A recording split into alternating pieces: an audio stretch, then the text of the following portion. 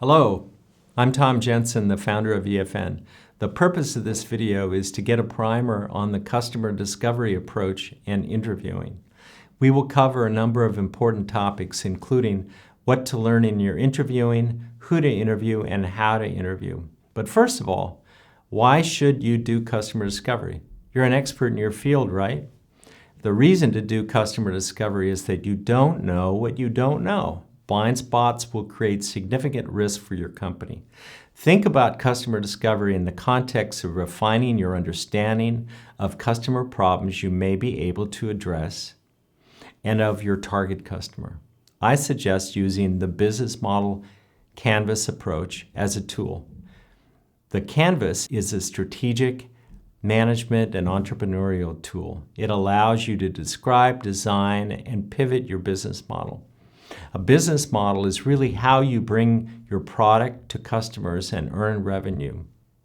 Key points about a business model are value proposition, meaning what unique benefit does your product offer to customers, customer segments, who are your target customers, distribution channels, how will you reach your customers, revenue streams, how will you generate income from your product, and finally, cost structure. What are the costs associated with producing and delivering your product? The Canvas has been used by several federal agencies in their startup support programs, including the United States Department of Energy and the National Science Foundation. When I begin customer discovery interviews, I like to focus on 3 boxes in the Canvas: value propositions, customer segments, and customer relationships. What tends to happen is that your understanding of these boxes co-evolve with each other. Often you get a little foothold in one and you can learn more about the others. I suggest anytime you learn anything about these boxes, go back and reconsider all 3 boxes. We use the business model canvas a lot, which is a structured template that has a number of sections in it. And these sections refer to everything from what the product is to who the customer is, but also looks at revenue and expenses and looks at potential partnerships, and really is a template to help guide our teams to think about all the possible dimensions. What you learn in your customer discovery interviews will test your hypotheses about your product's value proposition, beachhead market, and target customers. At its core, the customer discovery process begins with hypotheses about what the product is. Now, the product is usually not just the core of the technology, which is often a new molecule or something at a very specific scientific level, but how that will be applied and incorporated in the form of something that is a product that somebody can actually understand and pay for. And the hypothesis is, how is this minimum viable product, which is the term that's usually deployed, how does this relate to the customer's needs and the pain points they're experiencing in their industry, and what would that customer be willing to pay for that? And does that payment make sense? Because if a customer is not willing to pay something of value, they're not really a customer. So one of the things we coach our teams is we might say, well, how's it going with customer discovery? And they say, well, we found that the shipping industry is an ideal customer. We say, really, what's the name of the shipping industry? And they say, what do you mean, what's the name? I say, well, somebody's got to write a check. So who in the shipping industry is writing a check? Oh, I said, have you talked to somebody, a particular shipping line? Yeah, we did. We talked to somebody at Maersk. And I said, great. What's their name? Are they going to write a check? Well, they were an engineer. I don't know if they're going to write a check. I said, well, you need to find somebody who is in a position to, if not literally write the check, at least approve the budget allocation for whatever it is you're suggesting they might want. Because until you have made that connection, you really don't have a customer.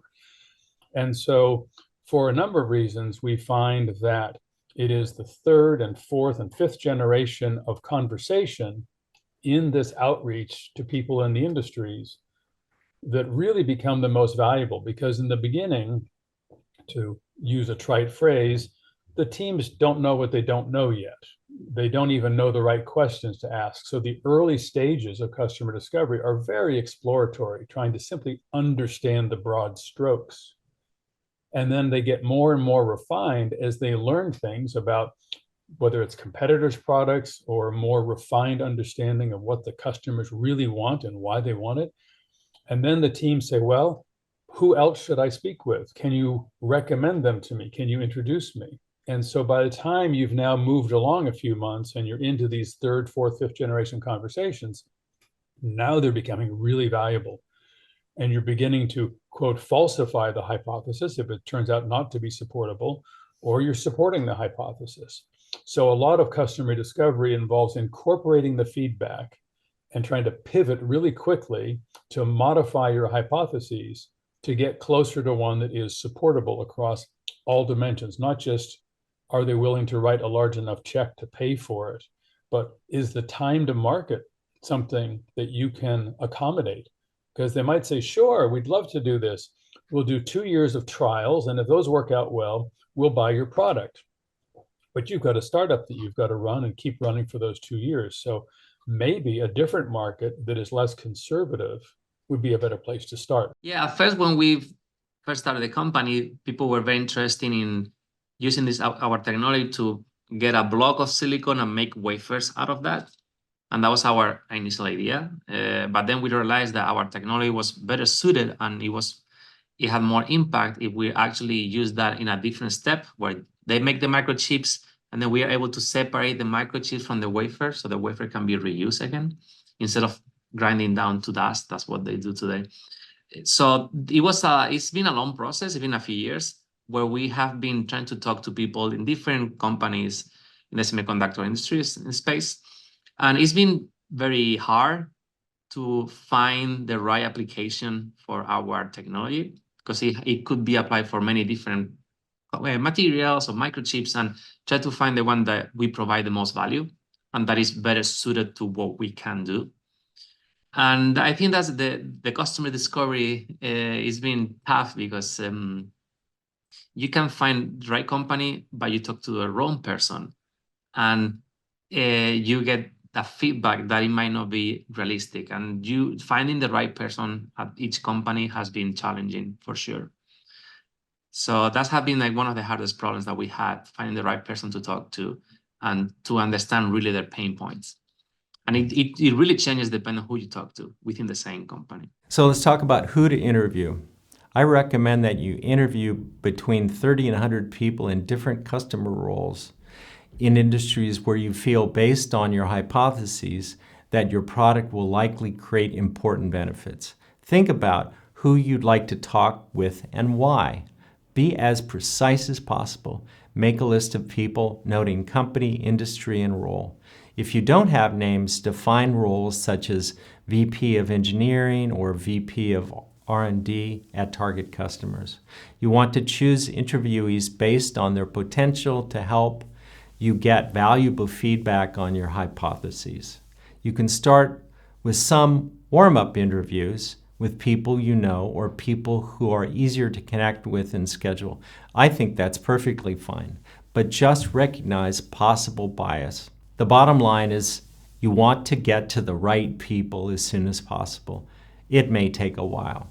If you happen to have a person to reach out to who is really, and sometimes we use the term a blue chip interview prospect, we will coach the teams. Don't use that person right up front because, again, you don't know what you don't know right now. You do not want to waste that person's time. You don't want to ask, because honestly, there is such a thing as a bad question, at least contextually. You don't want to waste this person's time or even get information that's not as useful because you didn't know what questions to ask to get the better information. So we'll look at list of prospective interviewees and say, well, I'd really talk to that person a month from now when you can really take most advantage of that. You need to find the right person, and it's hard when you are talking like thousands of employees. And the CTO might not be the right person, or it could be the CEO, or it could be the director or vice president of engineering. It really depends exactly how the company is structured as well and what they want. But you need to find the right person, and that's, I think, another key thing is you need to keep trying to talk to people and get more data points and understand better. So how do you find people? You want to source people from who you know, and by asking them for referrals, going to your colleagues, past colleagues, friends, interviewees, and LinkedIn connections. Also, you can find people by attending conferences and even webinars. Attending conferences and in-person events have been very helpful in that matter. Getting to talk to people in person and understand, sit down with a person and talk for a while and really understand what they need or what they want. I think that's been one of the most important factors for us, and how going to these events for the last 4 years or so has been like, you really understand who is more in pain about all these different applications, who is more in pain today. You just understand what's useful today, and some people have more like R&D and needs that is more for the future. But so you get an idea of what the market is today and where it's going to head in the future, attending events in person and talking to people in person. So how do you prepare for interviews? For every interview, I like to jot down my key goals to help stay focused. Create a script and list of questions to guide your interview. In the process of preparing, I like to make a positioning statement, which is really a statement that expresses your hypotheses in terms of what your company does and the value you bring to customers. This is an example from a solar manufacturing equipment company. To our target market of thin film solar panel manufacturers, our company offers a thin film deposition solution that reduces soiling by 20%, thereby increasing solar output by 10%. In this case, an interviewee profile may be the industry is a thin film solar panel manufacturer. Roles may be VP of R&D, VP of product. And then when you hear them talking about it, like for example, you can tell what's important to them and what's not important to them. So understanding what's important to them is key, as you said, and you can talking to them over and over is key, because maybe the first time they didn't get it, and some technologies are harder to understand than others. And for me, it's easy because I've been working on this for so many years. But sometimes people don't get it at the first time. You have to meet again and try to explain the second time or a third time so they can fully grasp what you're trying to provide. So what are some tips for interviews? Ask for no more than 10 to 15 minutes. Ask to record the interview in advance. Stick to your interview goals and use your script as a guide. Start with the most general questions first and then get more specific. Ask open-ended, conversational questions phrased in a neutral way. Ask if they can suggest other people to interview. That's very important. You want to stay in touch with interviewees, be thankful and grateful, and it's very important to always follow up with a thank you note. So what are common interview mistakes? Talking to who is available instead of talking to who you really need to talk with. Selling, avoid selling. Really avoid anything that looks like a sales call. It is not the job of this to try to sell a potential technology. As soon as you find yourself stumbling into that area, you've made a big mistake and should probably just retreat and restart. What you want to do is ask open-ended questions. You want to say, tell me about your industry. What are the trends? What are people losing sleep about? Tell me about your job. What's the hardest part of it? Are there any new competitors on the horizon? And every question should just be an opportunity to let the interviewee talk.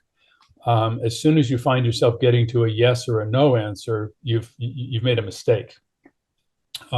Unless it's just to clarify a point. It's very important to have a strategy for collating and analyzing your interviews. You'll have recordings, transcripts. You want to analyze them carefully. Look for language that interviewees use to describe your product and its benefits. Look for and note themes and patterns that you see from your interviews. Of course, update your canvas regularly. You want to interview people over time, sometimes the same people, obviously different people. You want to identify themes, patterns, and shifts. Always listen to what the customer tells you, but no, you have to keep, as I said, it's not the final answer if one person tells you, I'm not interested in this. You gotta keep working on other people, other customers, or even other people within the same company. I think that's very important to get as many data points as you can. And not something that it happens, like people move very fast. So what it was useful 1 year ago, maybe today is not useful anymore, or the priorities or the pain points change. So this process is not just one time that you discover your customer. That's it. You have to reiterate and do it over and over to understand how the pain points are changing through time as well. So before I let you go, I just want to review key takeaways. You want to do customer discovery because you have to develop the best possible picture of your customers and what problems and needs they have. Remember, you don't know what you don't know. Be curious and open-minded. Your interviews should systematically test your hypothesis. You want to refine your understanding of your target customers, particularly those who will pay over time. Keep in mind, customer discovery is an iterative process, one you should continue to do throughout the life cycle of your business.